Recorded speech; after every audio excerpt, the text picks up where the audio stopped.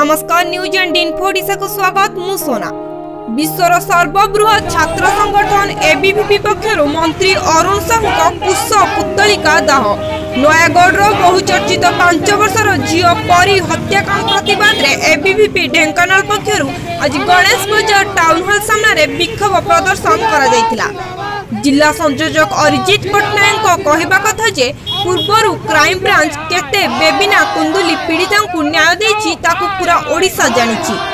गृह विभाग भार नैथिबा मुख्यमंत्री एहाकु तुरंत कार्यकारी करंतु अथवा छात्र समाज आंदोलन को सरकार संभाली परिबेनी।